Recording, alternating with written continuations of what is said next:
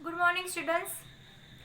Date છે 24/8/2020. Subject છે ઓસીએ. Chapter number 4 ચાલી રહ્યું છે. બરાબર. કયું ચેપ્ટર છે? Chapter number 4. આના પહેલા આપણે શું જોઈ ગયા? ચેપ્ટર નંબર 4માં તમારે શું જોવાનું છે? તો એક તો માહિતી સંચાર, ઈ કોમર્સ ને આઉટસોર્સિંગ. આપણે આગળના લેક્ચરમાં માહિતી સંચાર જોઈ ગયા. બરાબર. એના પછીના લેક્ચરમાં આપણે શું જોઈ ગયા? તો આપણે એના પછીના લેક્ચરમાં જોઈ ગયા કે ઈ કોમર્સ શું છે, કઈ રીતે એ ઓનલાઈન ખરીદી કરવામાં આવે છે, કઈ રીતે તેની નાણાંની ચૂકવણી કરવામાં આવે છે અને કઈ કઈ જગ્યા પર આપણને તેમાં જોખમ થઈ શકે છે આપણને. બરાબર. એ બાબત આપણે જોઈએ ને, એ જોખમ સામે રક્ષણ કેવી રીતે મેળવી શકીએ છીએ એ પણ આપણે જોઈ ગયા. બરાબર. હવે આજે આપણે જોઈશું જે રીતે 3 પોઈન્ટ હતા. કયા પોઈન્ટ છે? માહિતી સંચાર, બરાબર. પછી શું છે? E commerce. અને ત્રીજું આપણે શું જોવાનું છે આજે? આઉટસોર્સિંગ. અને એનું બીજું નામ છે બહિસ્ત્રોતો. શું નામ છે એનું? બહિસ્ત્રોતો.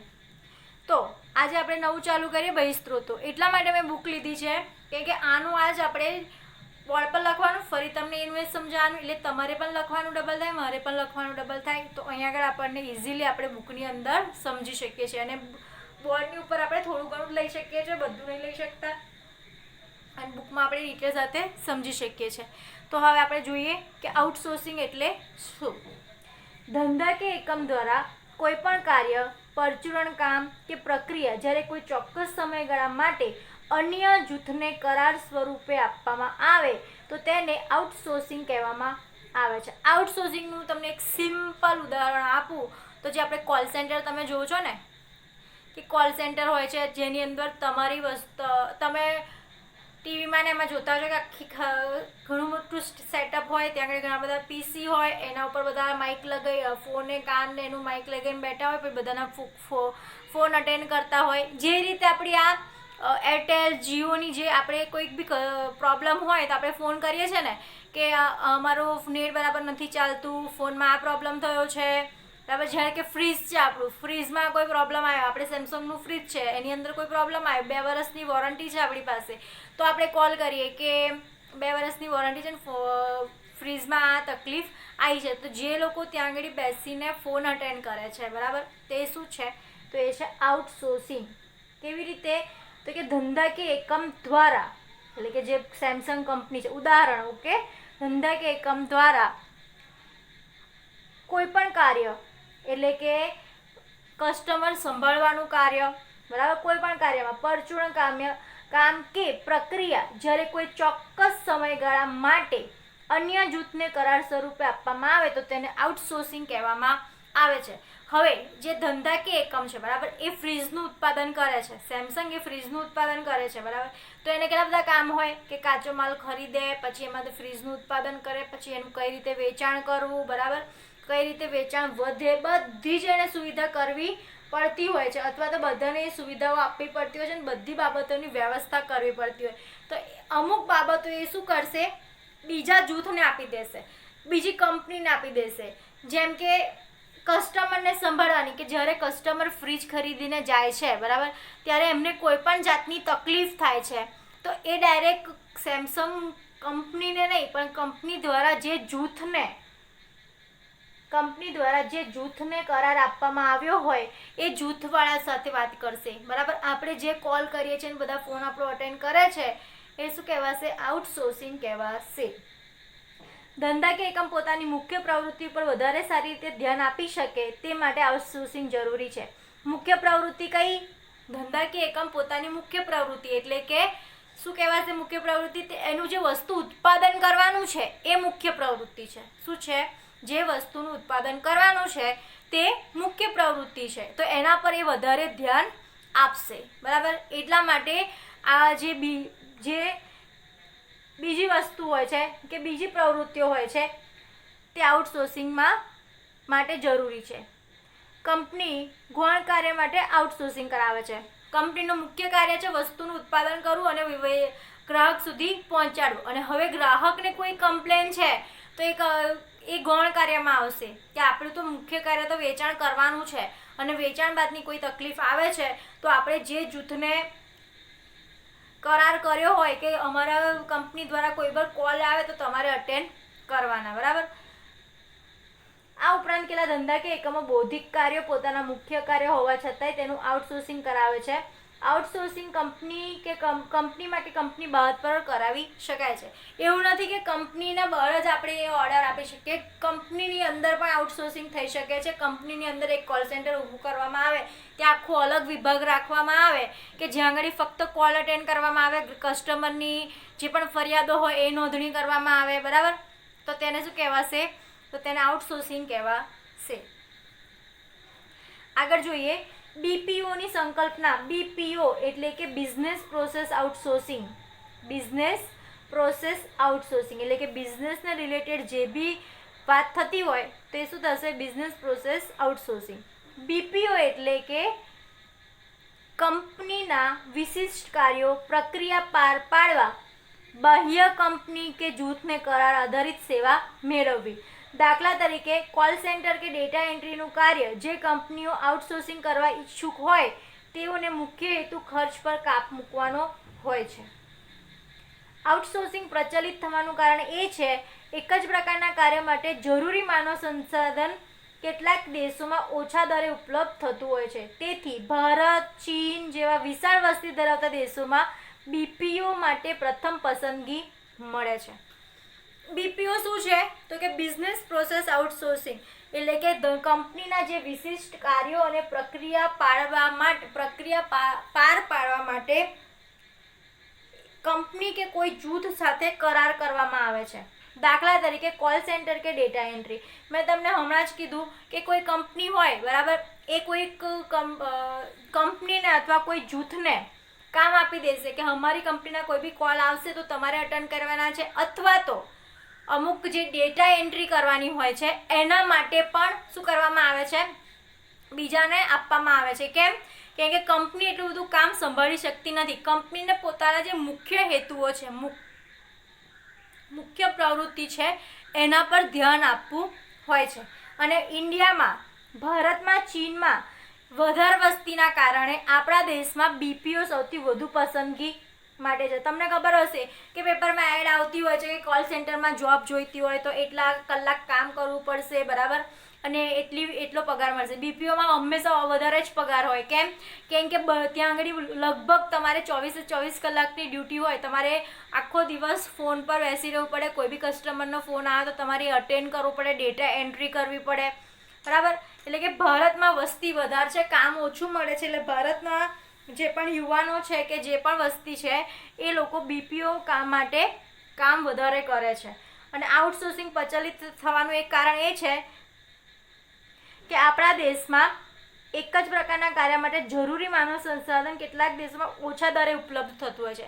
બીજા દેશો કરતાં આપણા દેશમાં લોકોને વધારે છે, બેરોજગારી વધારે છે, જેના કારણે શું થાય છે? જે કામ મળે એ કરવા તૈયાર થઈ જાય. એટલે આપણા દેશમાં શું છે? બીપીઓની સંખ્યા વધારે છે બીકોઝ ઓફ ઓછા દરે ઉપલબ્ધ થતું હોય છે. હવે આપણે જોઈએ બીપીઓની તમને એક ક્લિયર થઈ ગઈ હશે. આઉટસોર્સિંગ શું છે કે ધારો મેં તમને પહેલાં એ પણ શીખવાડી દીધું. હવે તમારે બીજું એક સિમ્પલ એક્ઝામ્પલ લઈ લો કે આઉટસોર્સિંગ શું છે કે તમારો ફોન છે ઓપ્પોનો. હવે તમારો ફોન બગડશે તો તમે સીધા ઓપ્પોને ફોન કરશો? ઓપ્પો કંપનીને ફોન કરશો? ના, તમે ઓપ્પોની જે કસ્ટમર કેર હશે ત્યાં ફોન કરશો. તમે જે ઓપ્પોનો માલિક હશે સીઓ સાથે વાત કરશો? ના, ત્યાં આગળ કોલ તમે ફોન કરશો એટલે તમને કહેશે કે તમારો જીઓમાં, ઓપ્પોમાં તમારું સ્વાગત છે, બરાબર, અમે તમારી શું હેલ્પ કરી શકીએ છીએ? આ હેલ્પ કરવા 1 નંબર દબાવો, પેલી હેલ્પ કરવા 2 નંબર, આ હેલ્પ કરવા 3 નંબર દબાવો. ગુજરાતીમાં 1 નંબર, હિન્દીમાં 2 નંબર, ઇંગ્લિશમાં 3 નંબર.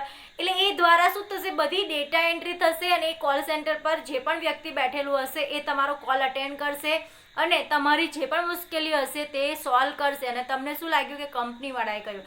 હા, એ લોકો કંપનીના હેઠળ જ કામ કરતા હોય છે, પણ કંપની પોતાના ઉત્પાદન પર ધ્યાન આપે કે આ રીતની કસ્ટમર કેર પર ધ્યાન આપે, એટલા માટે સ્પેશિયલ બીપીઓને શું કરવામાં આવે છે? કરાર કરવામાં આવે છે. અથવા તો એવી કોઈ કંપની હોય છે જે આ બધા જે કે સેમસંગ છે, ઓપ્પો છે, વિવો છે, કોઈ પણ વસ્તુઓ છે એ માટે એ લોકો કંપનીઓ હોય છે કે અલગ અલગ સેન્ટર બનાવીને ત્યાં આગળ એવા કોન્ટ્રાક્ટ લેતા હોય છે, ઓપ્પોનો લે, વિવોનો લે, અને પછી બધાને ભેગા થઈને ત્યાં આગળ જે પણ મુશ્કેલી હોય તે મુશ્કેલીઓ દૂર કરતા હોય તેને બીપીઓ કહેવામાં આવે છે. અને ઇન્ડિયામાં અને ચીનમાં બીપીઓ ઓછા દરે આપણને શું મળી રહે છે? બીપીઓમાં કામ કરનારા લોકો. હવે આપણે જોઈએ બીપીઓની જરૂરિયાત શું છે, બીપીઓની જરૂરિયાત કેમ પડે છે. તો કે બીપીઓ કંપનીના કોર્પોરેટ કક્ષા કર્મચારીઓ રોજબરોજની ગૌણ કાર્યની જવાબદારીઓથી મુક્ત કરે. આથી કર્મચારીઓ ઉત્પાદક પ્રવૃત્તિઓ વિશેષ ધ્યાન આપી શકે તેમજ ગ્રાહકો પર વિશેષ ધ્યાન કેન્દ્રિત કરી શકે. પહેલું જોઈએ કે બીપીઓ માટે બીપીઓની જરૂરિયાત કેમ ઊભી થઈ? તો કે બીપીઓની જરૂરિયાત એટલા માટે થઈ કે કંપનીના કોર્પોરેટ કક્ષાના કર્મચારીઓ રોજબરોજની જવાબદારીઓમાંથી મુક્ત કરે. જે લોકોને રોજબરોજની જિમ્મેદારી થઈ જાય, ધારો કે જો કોલ સેન્ટર ના હોય ને આપણે જે કોલ કરીએ એ કંપનીમાં જાય, હવે કંપનીના કેટલાક કર્મચારીઓ એમાં જ રોકાયેલા રહેશે કે તમે આ કરો, ફોનમાં આ રીતે કરો, બરાબર. અને જે મુખ્ય કાર્ય હશે ઉત્પાદનનું, જે વિશેષ ધ્યાન આપી શકશે નહીં. અને બીજું કે એ બાજુ પણ ધ્યાન નહીં આપી શકે ને ગ્રાહકો જે ફોન કરશે તો એમને પેલું કામ હોવાના કારણે ગ્રાહકો પર પ્રોપર ધ્યાન આપી શકશે નહીં. એટલે ગ્રાહક શું વિચારશે કે એટલા પૈસા ચૂકવવા છતાં પણ આપણને કોઈ પણ જાતનું એ તો મળતો નથી, રિસ્પોન્સ મળતો નથી, એટલે બીજી વખત એ કંપનીની સાથે કોઈ પણ વસ્તુ ખરીદી કરશે નહીં. જે એટલા માટે જરૂરિયાત ઊભી થઈ કે એક તો જે કર્મચારીઓ છે તે રોજબરોજની ગૌણ કાર્યમાંથી જવાબદારીથી મુક્તિ થાય અને ગ્રાહકો પર વિશેષ ધ્યાન આપવામાં આવે. તો જે કંપની છે એ આખું એક અલગ કોલ સેન્ટર ઊભું કરશે, બરાબર. હવે કોલ સેન્ટર ઊભું કરશે એટલે ત્યાં આગળ અલગ કર્મચારીઓ રાખશે, અલગ બીપીઓ માટેના કર્મચારીઓ રાખશે. એ લોકો જે પણ ગ્રાહકની જે પણ પ્રોબ્લેમ હશે એ લોકો સોલ્વ કરી આપશે, બરાબર. જેના કારણે બંને ખુશ રહે, ગ્રાહક બી ખુશ રહે અને જે કર્મચારીઓ છે તે લોકો પોતાના કામ પર ધ્યાન આપી શકે. હવે બીપીઓની જરૂરિયાતના મુદ્દા છે. પહેલું છે ખર્ચમાં કાપ.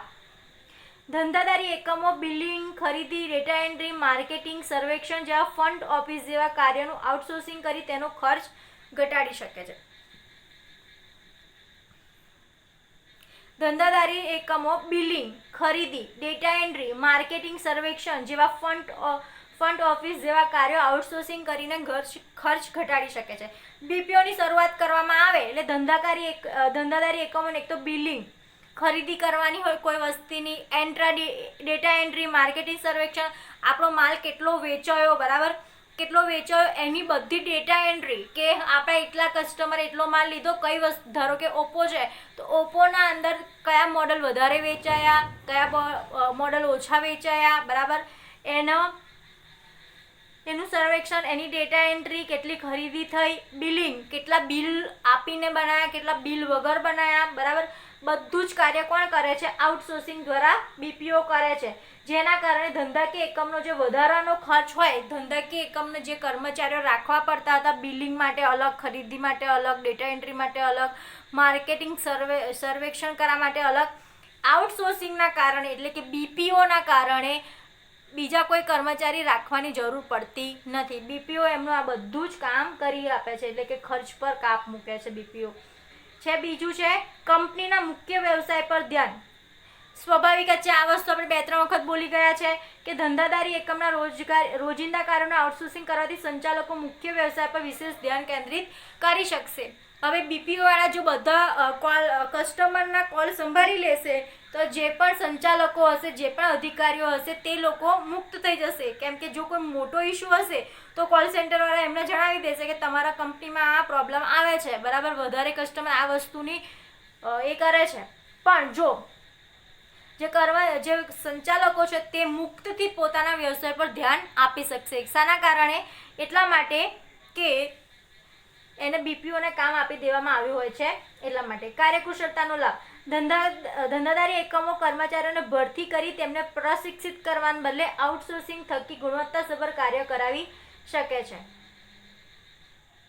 ધંધાદારી એકમો પોતાના જે કર્મચારીઓ છે, નવા કર્મચારીઓની ભરતી કરી હોય છે એ લોકોને શું કરે છે, આઉટસોર્સિંગમાં મોકલી દે છે. આઉટસોર્સિંગમાં એટલે કે બીપીઓમાં. એટલે એ કર્મચારી હશે એક તો પહેલાં કે એના આઉટસોર્સિંગમાં જવું હોય તો ધંધા જે પણ કંપની હશે એના વિશે પૂરેપૂરી જાણકારી મેળવવી પડશે, અને જાણકારી મેળવ્યા બાદ એ કર્મચારી રોજબરોજ કસ્ટમરો જોડે વાતો કરશે, બરાબર, કસ્ટમરના પ્રોબ્લેમ સાંભળશે, એમના પ્રોબ્લેમો દૂર કરશે, જેના કારણે એનામાં કાર્યકુશળતા આવી જશે અને એનો લાભ કોને મળશે, ધંધાકીય એકમને મળશે. પરિવર્તનશીલ માંગને પહોંચી વળવા માટે બીપીઓ કંપનીઓ ગ્રાહકોની સતત બદલતી રહેતી માંગને પહોંચી વળવા માટે સુવિધા પૂરી પાડે છે. ગ્રાહકને જો કોઈ પણ જે આપણે ફોનનું ઉદાહરણ લઈએ એટલે ફોનનું લઈએ કે એની અંદર કોઈ પણ ફંક્શનના લીધે પ્રોબ્લેમ આવતો હોય, કેમેરાના લીધે પ્રોબ્લેમ આવતો હોય, વિડીયોઝમાં પ્રોબ્લેમ આવતો હોય, તો તે બીપીઓ દ્વારા જે પણ કસ્ટમર કેરના કર્મચારીઓ હશે એમને જણાવશે, અને એ જે કર્મચારીઓ છે તે કંપનીને જણાવશે કે તમારું જે ફોન છે એની અંદર આ પરિવર્તન તમારે કરવા જોઈએ, કારણ કે કસ્ટમરની એટલી કમ્પ્લેનો આવતી હોય છે, બરાબર. એટલે કે પરિવર્તનશીલ માંગી પહોંચવી વળવા માટે બીપીઓ જરૂરી છે. નફામાં વૃદ્ધિ. વેપારી એકમના કેન્દ્ર સ્થાને ન હોય તેવા કાર્યોનું આઉટસોર્સિંગ કરાવી કંપની મહત્વના ઘટકો પર વિશે ધ્યાન કેન્દ્રિત કરી શકે છે, જેવા કે વેચાણ વૃદ્ધિ, નવા ઉત્પાદન વિકસાવવા, વેપાર વિસ્તાર વધારો, ગ્રાહકને સેવા સંતોષમાં વૃદ્ધિ, પરિણામે ધંધાદારી એકમમાં નફો મેળવે છે. હવે વેપારી શું કરશે, બધું કામ આપી દેશે આઉટસોર્સિંગને. ગ્રાહક સાચવવાનું, ગ્રાહક વસ્તુ લઈ જાય છે ત્યારબાદનું સાચવવાનું કામ આપી દેશે બીપીઓને, જેના કારણે તે નિશ્ચિત થઈને પોતાના ધંધા પર ધ્યાન આપી શકશે, પોતાનું વેચાણ વધારી શકશે, નવા ઉત્પાદનો કરી શકશે, બરાબર, પોતાના વેપારનો વિસ્તાર વધારી શકશે. કેમ કે જે બીપીઓ છે એ ગ્રાહકોને સંભાળી લેશે, એટલે તે નિશ્ચિંતપણે બીજા કાર્યોમાં જોતરાઈ જશે અને બીજા કાર્યો કરશે, જેના કારણે એના નફામાં વૃદ્ધિ થશે, બરાબર. તો આ હતી બીપીઓની જરૂરિયાત. કેમ તો કે ધંધાકીય એકમના ખર્ચમાં કાપ મૂકે છે, કંપનીના મુખ્ય વ્યવસાય પર ધ્યાન આપી શકે સંચાલકો, એટલા માટે કાર્યકુશળતાનો લાભ, એટલે કે જે પણ નવા કર્મચારીઓની ભરતી થાય છે એ લોકોને પહેલાં બીપીઓમાં આઉટસોર્સિંગ કરવામાં આવે છે, તો તેના કારણે તે કાર્ય બનશે, તેનામાં કુશળતા આવશે, એટલે કે કાર્યકુશળ બનશે. પરિવર્તનના માંગને પહોંચી વળવા. ગ્રાહકોની અંદર જે નવી માંગ હોય છે એ બીપીઓ દ્વારા જાણવા મળે છે અને એને પહોંચી વળવા માટે કંપની સતત પ્રયત્ન કરતી હોય છે. અને નફામાં વૃદ્ધિ.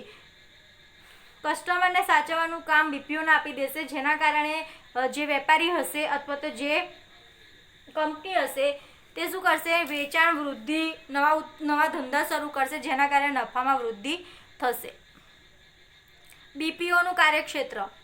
બીપીઓનું કાર્યક્ષેત્ર કયું છે તો કે બેંક ઓફિસ આઉટસોર્સિંગ, બિલિંગ, ખરીદી, ડેટા એન્ટ્રી જેવા વેપારના આંતરિક કાર્યો પણ હાથ ધરાય છે. ફ્રન્ટ ઓફિસ આઉટસોર્સિંગ, માર્કેટિંગ, તકનીકી સહાય જેવા ગ્રાહક સંબંધિત સેવાઓનો સમાવેશ થાય છે. બેંક ઓફિસ આઉટસોર્સિંગ એટલે કે બેંકના રિલેટેડ, બરાબર, કોઈ ખરીદી, ડેટા એન્ટ્રી, વેપારના આંતરિક કાર્યો હાથ ધરાય છે. અને ફ્રન્ટ ઓફિસ આઉટસોર્સિંગ, માર્કેટિંગ, તકનીકી સહાય એટલે કે માર્કેટિંગ, કોઈ બી તમે જોતા હશો, તમને કેટલા ફોન આવતા હશે કે કોઈ કંપની દ્વારા પોલિસી આપવામાં આવે છે, બરાબર, કોઈક સેમસંગ દ્વારા તમને એટલા ટકા ડિસ્કાઉન્ટ આપવામાં આવે છે, એ બધું માર્કેટિંગ આઉટસોર્સિંગ છે. અને બેંક દ્વારા તમને લોન આપવામાં આવે, તમારા ફોનમાં એવું કરવામાં આવે કે તમારો રેકોર્ડ બહુ સારો છે, જેના કારણે તમારી લોન પાસ થઈ શકે છે, એ રીતે જે કરવામાં આવે તે બેંક ઓફિસ આઉટસોર્સિંગ છે. હવે આપણે નેક્સ્ટ લેક્ચરમાં KPO એટલે કે નોલેજ પ્રોસેસ આઉટસોર્સિંગ, આ શું હતું, બિઝનેસ પ્રોસેસ આઉટસોર્સિંગ, ને પેલું શું છે, નોલેજ પ્રોસેસ આઉટસોર્સિંગ, એ નેક્સ્ટ લેક્ચરમાં આપણે જોઈશું.